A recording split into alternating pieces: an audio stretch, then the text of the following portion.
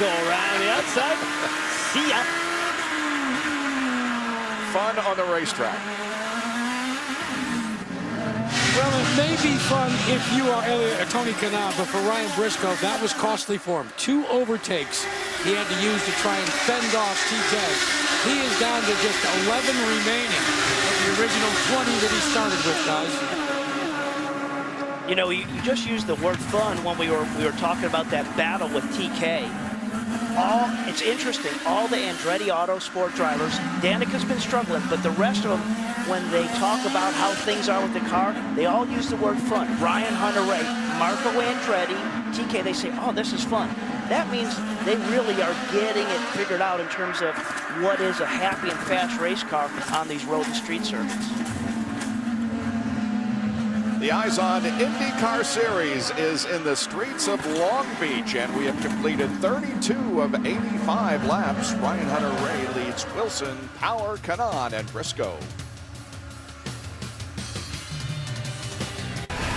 April 18th, 2010, and Will Power begins his day in the streets of Long Beach. He sat on the pole. He led the first few laps, but then coming off of corner number 11, we think he hit the pit speed button and he lost 2 positions.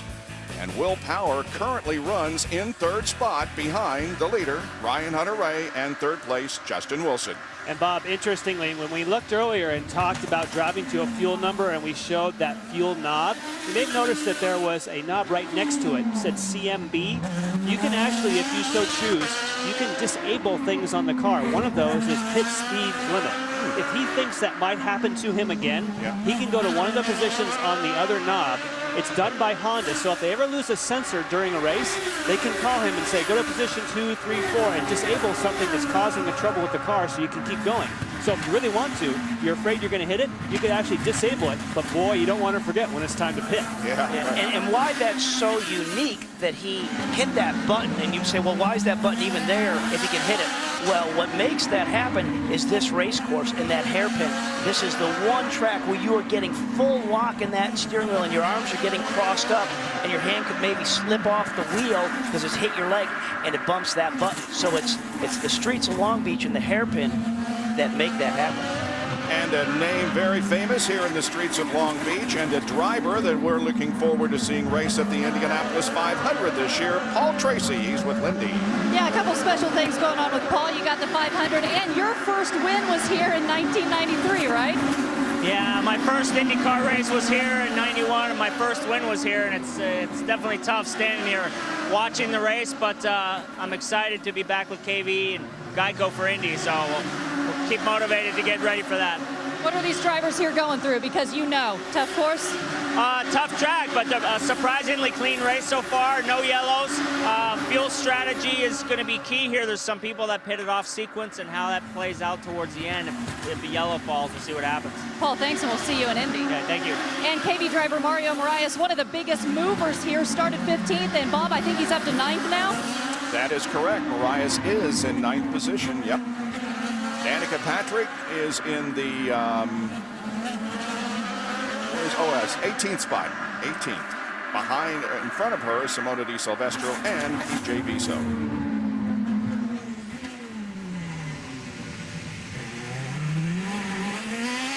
Ryan Briscoe is currently in the 5th position with Scott Dixon right behind him.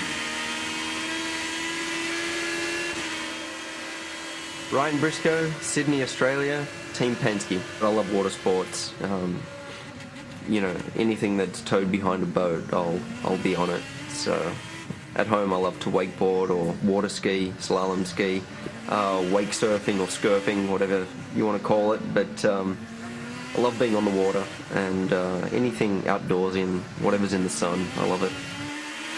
Well, it's in the sun now. It's a beautiful day here. Ryan Briscoe was married during the off-season.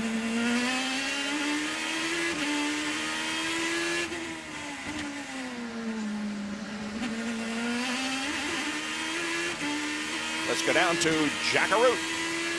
Bob, down here in the IZOD Performance pit, I've just noticed something. We went back and examined all the pit stops. Let's take a look at Helio Castroneves' pit. Do you see the way the road runs off? This is actually a road here in Long Beach, California. So there's a pitch. So we're going to go in closer now and take a look at the fueler, Rich Meredith. Because of that angle and the car is up, basically what Rich is doing is applying extra pressure with the fuel buckeye so that the car doesn't teeter-totter. Those are some of the challenges that these teams have to face during the course of a street race when you've got to put pit road on a regular street. Also noticing when we zoomed in there watching the fuel buckeye go in there, he also added a little bit of front wing, a couple turns of front wing on there. Obviously, what that's doing is going to put a little bit more downforce on the front of the car so that front gets a little better bite. Instead of pushing and washing out, he wants a little more from it. And sometimes that's also because that was a stop when they were going from the reds to the blacks. Sure. And you'll oftentimes make a quick change because there's a slight balance difference between the two. Interesting if they go back again, if they'll go back the other way. We'll have to keep an eye on that. Here comes TK, Briscoe, Dixon.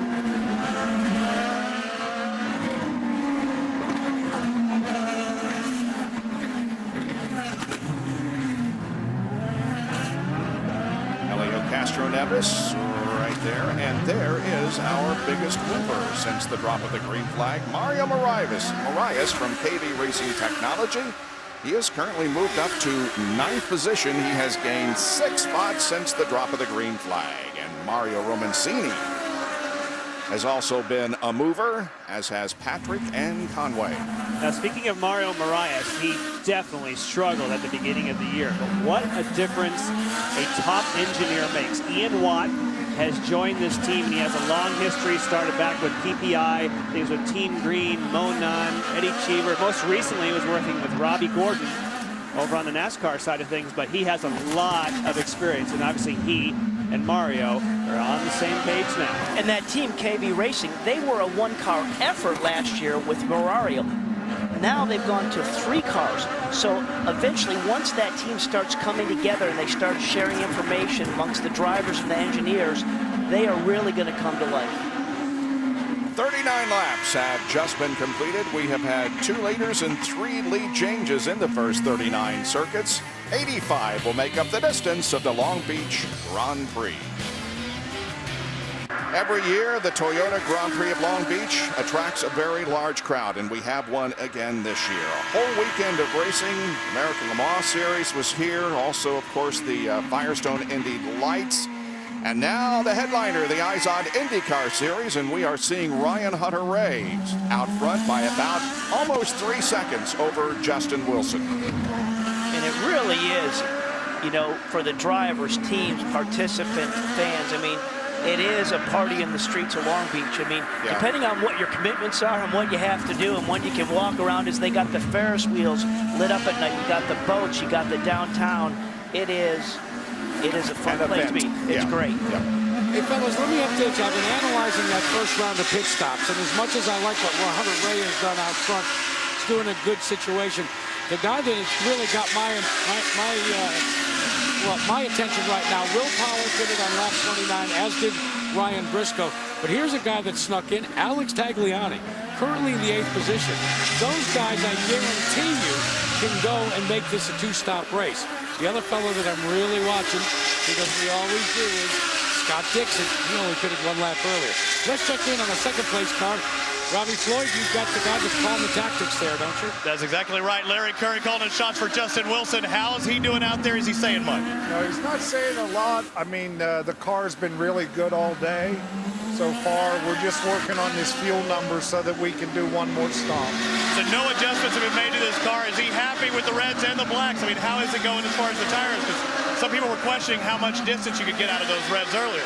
Yeah, so far when we ran the first set there on the reds, the car started going off just a little bit at the very end, but these blacks have been absolutely consistent. It's a perfect day right now for Dry and Reinbold, at least Larry Curry and Justin Wilson's car in the Z-Line machine. And Robbie, interesting that you would use the word perfect, because it's been a long time since I've heard a driver say my car was as near perfect, and in his case, he said, it is the best car, Robbie, he says he's ever had at Long Beach, including when he was on the pole here. And as his team owner, that's going to make you feel pretty good. No, it does feel good. But as a driver, he didn't say perfect, did he? Near perfect. Near perfect, exactly. Even, he could win this. Any driver out here could win this race going away, but they'll